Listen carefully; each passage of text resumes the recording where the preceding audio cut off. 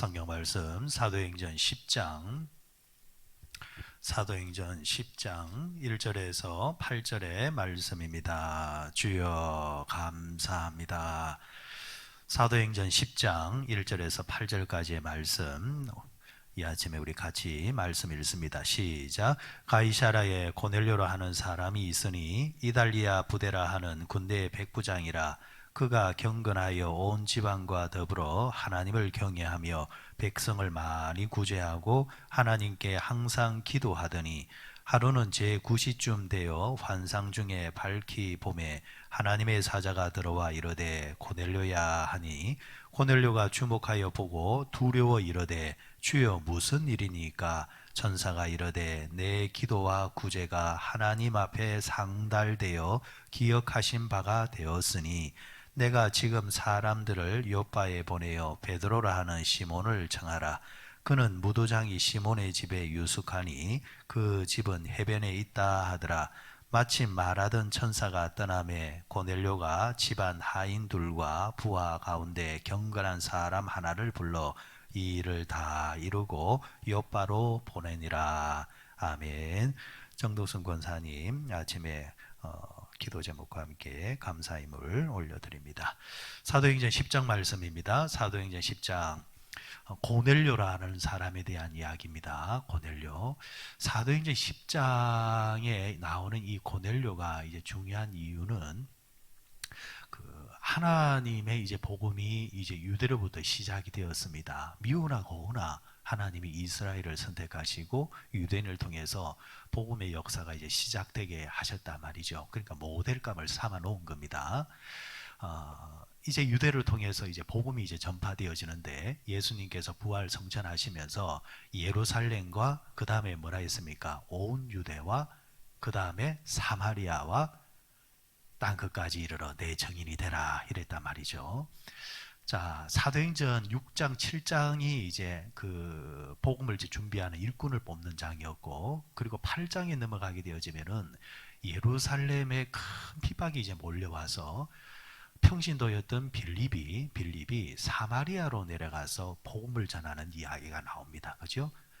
그러니까 주님의 이제 말씀대로 사람이 그 말씀에 순종을 하든 순종하지 아니하든 간에 말씀은 그 자체가 능력이기 때문에 그 말씀은 하나님의 말씀대로 이제 진행을 하는 겁니다. 다만 그 말씀에 사람이 편성을 하게 되어지면은 쉽게 가는 거고, 근데 그 말씀에 거부하며 돌아서게 되어지면은 사람은 이제 좀 고생하다가 이제 올 뿐입니다. 어쨌거나 말씀대로 가는 게 여러분 제일 좋은 겁니다. 자, 하나님의 말씀은 인간의 퍼지지 아니하는 거 상관없이 박해를 통해서 이제 말씀 사람들이 퍼질 수밖에 없었고, 퍼진 사람들이 이제 나가서 복음을 전하는데 빌립이 사마리아로 내려갔단 말이죠. 그는 복음을 전하러 사마리아 내려갔다기보다는 유대인들은 핍박하는 자들은 사마리아로 오지 아니하니까 사마리아로 피해 갔을 뿐이지만, 그러나 나중에 돌아보니까 이 또한 하나님의 섭리였다. 이 또한 하나님의 계획이었다. 여러분, 당장은 이해되지 않는 것이 지나고 나면은 하나님의 섭리라는 것이 정말 많습니다. 그 순간은 참 인간의 실수였고, 그 순간은 참 그것 때문에 고통도 당하고 아픔도 당하지만은 나중에 보면은 참 그때 그런 게 더 나았구나 라는 것이 정말 인생사에 많지 않습니까? 이것을 우리가 신앙적으로 하나님의 섭리다, 협력하여 선을 이루심이라 이렇게 이제 말을 하는데, 자, 그래도 계속해서 핍박이 예루살렘에 이제 임하는 겁니다. 하지만은 그런 가운데서도 하나님의 섭리는 계속 흘러서 사도행전 9장에 누가 등장을 합니까? 사울이라는 사람이 등장하잖아요. 사울. 근데 하나님이 그 사울이라는 사람을 다메섹의 아나니아라는 주의 제자에게 음성을 들려줄 때 뭐라고 했습니까? 내가 택한 그릇이다. 그러니까 복음이 세계화되는 데 있어서 하나님이 준비하신 제목감이고 그릇이라는 이야기죠.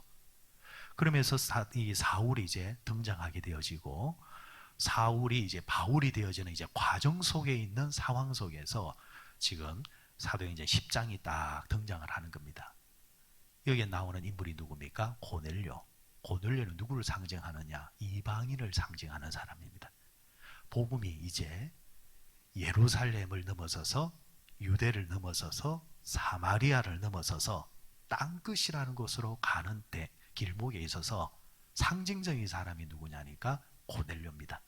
하나님의 복음이 이제 세계화되어지는, 그러니까 고넬료 이야기는 하나님의 복음은 중단되지 아니하고 계속해서 세계화. 그 가운데 대표적인 사람 고넬료. 그리고 고넬료 이야기 뒤로부터 드디어 비로소 사울이 바울이 되어지고 바울로 통해서 빌립보에 복음이 전파되면서 유럽으로 복음이 들어가고 그리고 로마로 통해서 복음이 세계화되어지는 이제 모습으로 이어지게 됩니다. 그러니까 이 고넬료는 그 상징 자체가 이방 땅에 복음이 전파되어졌던 것, 복음이 세계화되어졌던 것의 상징이라 할 수 있겠습니다. 자, 그러면 왜 고넬료였느냐? 왜 고넬료였느냐? 하나님이 사람을 선택하실 때는 하나님만의 룰이 있고 방식이 있고 하나님의 안목이 있습니다. 자, 복음을 통해서 하나님께서 택하신 이 고넬료, 하나님이 이 고넬료를 통해서 보셨던 제목이 있었다는 거죠. 그럼 그 제목감이 뭐였느냐? 오늘 본문을 한번 보십시다. 가이사라에 고넬료라는 사람이 있으니 이달리아 부대라 하는 군대의 백부장이라 이렇게 이야기를 하고 있습니다. 군대의 백부장이라 장교입니다. 자, 그런데 그가 또 영적으로 어떤 사람이었느냐? 2절에 보니까 그가 경건하여 온 지방과 더불어 하나님을 경외하며 백성을 많이 구제하고 하나님께 항상 기도하더니 이렇게 이야기를 하고 있습니다. 자, 고넬료가 어떤 사람이었느냐? 경건한 사람이었다. 그럼 경건이 뭐냐? 경건이 뭐냐? 사도행전 지금 이 말씀의 기준으로 보면은 경건이 뭐냐? 온 지방과 더불어 하나님을 경외하고 백성을 많이 구제하고 하나님께 항상 기도했다. 그러니까 두 가지입니다. 지금 사도행전 10장에서 내세우는 경건은 두 가지입니다. 뭡니까? 구제와 기도입니다. 구제와 기도. 이 두 가지가 겸비된 사람이 고넬료였습니다. 여러분, 사도행전 9장의 말씀이 기억이 나십니까? 사도행전 9장의 말미에 누가 나왔습니까? 도르가라는 여인이 나왔죠. 그죠? 도르가, 다른 말로는 다비다라 했던 여인. 이 여인이 베드로를 통해서 죽었다가 다시 살아났지 않습니까? 이 여인을 위해, 죽은 여인을 위해서 주변의 여인들이, 과부들이 베드로를 청해서 데려왔잖아요. 그러면서 울면서 뭘 보여줬었습니까? 자신들의 겉옷과 속옷을 보여줬다 했죠. 그게 무엇의 상징입니까? 이 여인이 살았을 때에 불쌍한 우리를 너무나도 지극히 도와줬다. 그것의 상징이 바로 자신들이 입고 있는 옷이라는 거죠. 그러니까 지금 여러분 사도행전 9장과 10장은 연결되는 말씀이에요. 지금 강조하는 이유가 뭐냐니까 지금 하나님의 복음이 전파될 때는 반드시 두 트럭이 가야 된다는 거죠. 하나는 구제요, 하나는 기도라는 겁니다. 기도만이 경건이 아니라 기도하는 사람의 외형적인 삶이 뭐로 나와야 된다는 거죠? 구제의 삶. 구제의 삶은 그 대상이 누굽니까? 가난한 자, 불쌍한 자. 가난한 자, 불쌍한 자가 구제의 대상이잖아요. 그러니까 이런 사람들을 돌아볼 줄 아는 자가 누구라는 거죠? 경건한 자라는 겁니다. 경건한 자. 고넬료가 어떤 경로를 통해서 복음을 받았는지는 모르겠습니다. 그런데 이미 그는 하나님을 경외하는 자가 되어 있다 했습니다. 하나님을 경외하는 자. 근데 하나님을 경외하기는 하지만은 아직까지 그는 예수님에 대해서, 나아가서 성령님에 대해서는 경험이 없는 사람입니다. 하나님께서 특별히 고넬료, 이방인이지만은 이 고넬료에게 지금 성령을 부으시려 하시고 또 예수의 복음을 그에게 심음으로 통해서 이제 그로 통해서 복음이 전파되게끔 하려고 하시는 대목인데, 그가 이렇게 선택을 받는 그런 제목에 있어서, 제목감에 있어서 그가 겸비했던 게 뭐냐? 구제와 기도라는 이야기입니다. 자, 3절을 보십시오. 자, 그의 일상을 한번 보십시다. 하루는 제9시쯤 되어 환상 중에 밝히 봄에 하나님의 사자가 들어와 이르되 고넬료야 하니 하나님의 사자가 들어왔다 했습니다. 하루는 제9시쯤이라 했습니다. 그러니까 그 하루뿐만 아니라 그의 삶 일상이 그 전날도 마찬가지고 그 전날도 마찬가지고 그에게 몸에 배어 있었던 일상의 습관이 있었습니다. 그 습관이 뭡니까? 기도하는 시간이 되어지면은 기도하는 사람이었다는 겁니다. 내게 무슨 느낌이 오거나 아니면은 내게 어떤 갈급한 문제가 생겨서 기도하거나 이런 차원이 아니라 삶 자체가 일상이 뭐였다는 거죠? 기도하는 삶이었다는 겁니다. 여러분, 평상시에 하루에 3끼를 찾아 먹는 사람하고 자라 먹다가 하루에 10끼를 찾아 먹는 사람하고 누가 건강할까요? 너무 어처구니 없는 질문이죠. 그죠? 평상시에 3끼를 꼬박꼬박 찾아 먹는 사람이 건강한 사람입니다. 안 먹다가 폭식하면은 오히려 위를 다칩니다. 제가 비유가 적당한지 모르겠지만 평상시에 기도하지 않다가 어느 날 갑자기 쥐야 이러면 뭐가 오는 거겠죠. 그거는 자기만의 기분입니다. 평상시에는 가만히 있다가 문제가 생기거나 뭐 하면은 쥐야 아예 안 하는 것보다는 낫겠죠. 그러나 여러분, 기도의 능력은 언제 있느냐? 평상시에 꾸준히 기도를 쌓아놓은 사람이 기도의 내공이 있습니다. 기도의 내공이 있어요. 제가 목회 초년병 때 이제 영성 훈련한다고 제가 약 한 2년 정도 되는 것 같아요. 이제 매주마다 이제 산기도를 갔을 때가 있었습니다. 산기도. 이 처음에는 얼마나 힘든지 몰라요. 예를 들면은 밤 10시쯤 올라가면은 새벽 한 4시쯤 이렇게 내려오는데 산에 딱 있으면요. 처음에는 뭐 벌레 소리도 이상하게 들리고 바람도 이상하게 하고 눈 감고 있으면 앞에서 뭔가 시커멓게 나타나서 가자 하기도 하는 것 같고 그러니까 이제 처음은 이제 그런 것들이 참 어색하기도 그래요. 그런데 이게 몇 주가 지나고 한두 달이 지나니까 이게 다 자연스러워져요. 그런 것도 다 벗삼아 찬송이 되고 기도가 돼요. 그러다가 어떤 일이 있어가지고 약 한 달 정도 좀 쉬었어요. 다시 갔는데 어색해요. 제가 뭘 깨달았냐니까 쉬지 말고 기도하라는 말씀이 이런 말씀이구나. 우리가 기도를 멈추게 되어지면은 지금까지 해왔던 그런 것들이 딱 중단되고 단절되는 맛. 새로 시작하려고 하면은 또 시간이 필요하다는 거죠. 특히 이 영적인 부분, 기도의 삶은 평상시에 쉬지 말고 계속해서 하는 것이 나를 위해서 유익하고 좋은 겁니다. 쉽게 가져요. 기도가 쉽게 되어져요. 그런데 중단한 상태에 다시 하려면은 기도가 잘 안 되고 막히기도 한다라는 거죠. 유대인들에게는 거룩한 습관들이 있었습니다. 거룩한 습관이 뭐냐? 보통의 유대인들은 하루에 2번, 경건한 유대인들은 하루에 3번 정한 시간에 예루살렘 가까이 있는 자들은 예루살렘에 올라가서 그러지 않는 자들은 자신의 집 옥상에 올라가서 아니면 기도방에 들어가서 기도하는 그런 습관들이 있었습니다. 지금 고넬료는 이방인이었지만은 이 습관에 따라서 제9시라 했습니다. 제9시면은 플러스 6을 더하면은 몇 시가 되는 겁니까? 오후 3시. 이 오후 3시 시간에 올라가서 기도합니다. 오후 3시니까 누가 기억납니까?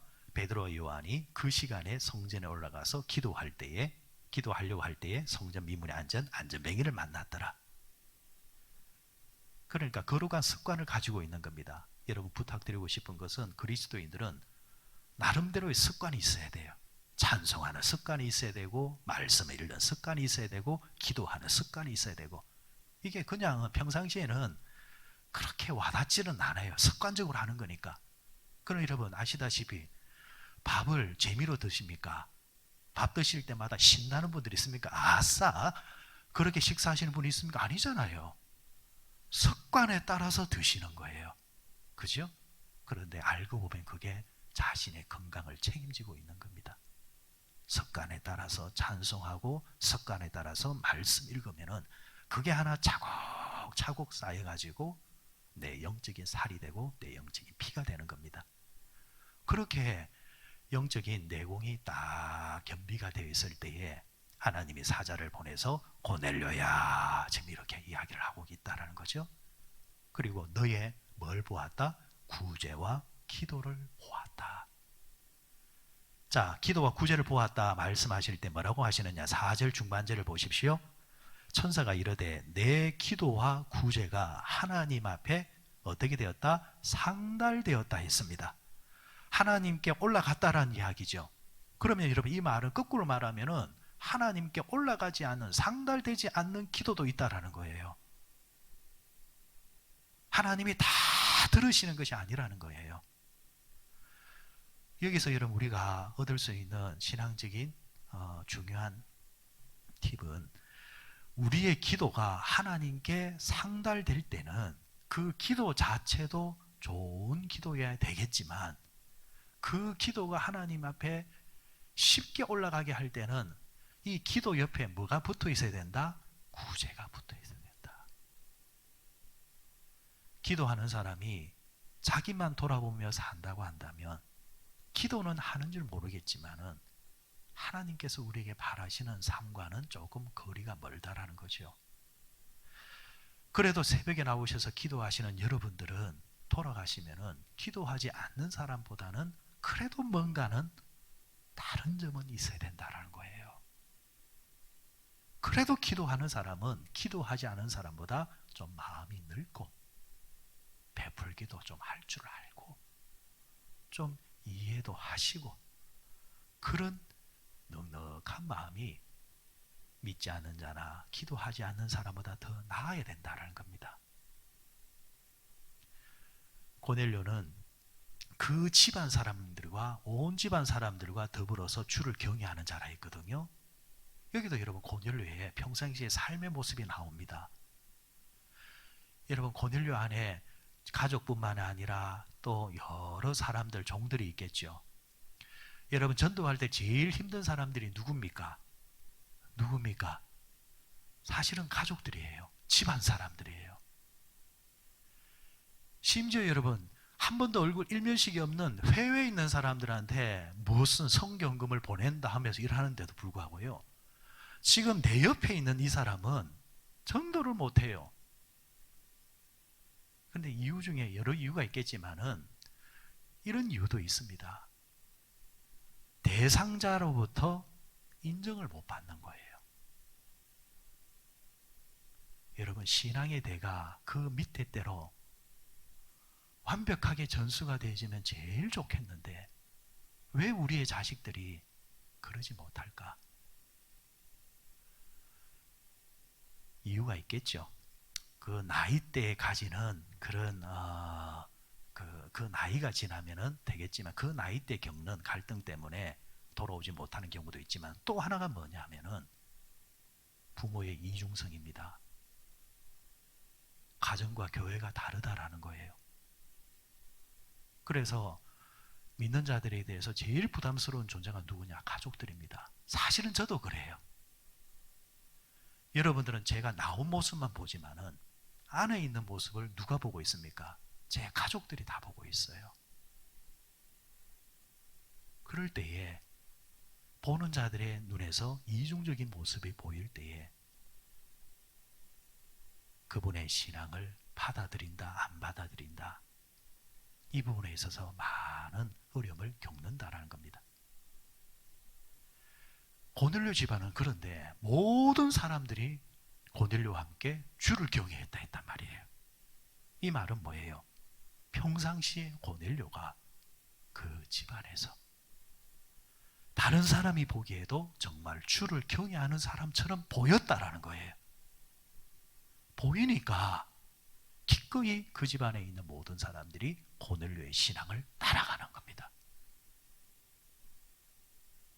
여러분, 이것은 어떻게 보면은 구제의 부분이라 저는 생각합니다. 평상시에 그가 다른 사람들에게, 내 주변 사람들에게 어떻게 대하는가, 그게 고스란히 보이잖아요. 여러분, 안 믿는 사람은요, 절대로 예수를 보고 교회 오는 거 아닙니다. 그들이 어디 하나님을 보고 옵니까? 하나님 말씀을 듣고 옵니까? 그들은 누구를 보고 옵니까? 그 하나님을 이야기하고 하나님 말씀을 이야기하는 그 사람을 보고 오는 겁니다. 그 사람 속에서 하나님이 보이고 자신과 다른 모습이 보이면은, 아, 하나님이 살아 계시는갑다 하면서 따라오는 거죠. 그 모든 삶이 뭐에? 구제의 삶에 들어가 있는 겁니다. 안과 박이 같이 겸비되어져 있는 고넬료가 기도하니 그 기도가 하나님께 상달되어졌고 하나님이 기억하신 바, 이 말은 원문으로 보면은 기념비가 되었다. 그러니까 두고 그러니까 하늘에서도 고넬료 봐봐라, 저 정도 되면은 괜찮다 하면서 모델감으로 딱 세워놨다라는 이야기입니다. 얼마나 멋진 인생입니까? 그죠? 오늘 고넬료 이야기를 통해서 나는 구제의 부분이 약한가, 아니면은 나는 기도의 부분이 약한가, 우리가 완벽할 수는 없지만 그러나 성경에 이러한 인물을 딱 놓아두는 이유는 이 모델을 보면서 이 땅에 있는 지금 살아가는 우리들도 모델을 삼아서 잘 따라가거라, 우리에게 주시는 말씀이라 생각합니다. 오늘 기도하시는 여러분, 여러분의 기도도 여러분의 삶의 구제도 하나님께 상달되어지고 하나님께서 기억하신 바 될 수 있는, 그래서 여러분과 함께하는 모든 가족과 주변들이 주 안에서 한 마음으로 겸비해서 주를 경외하는 은혜만 있기를 주의 이름으로 축원드립니다.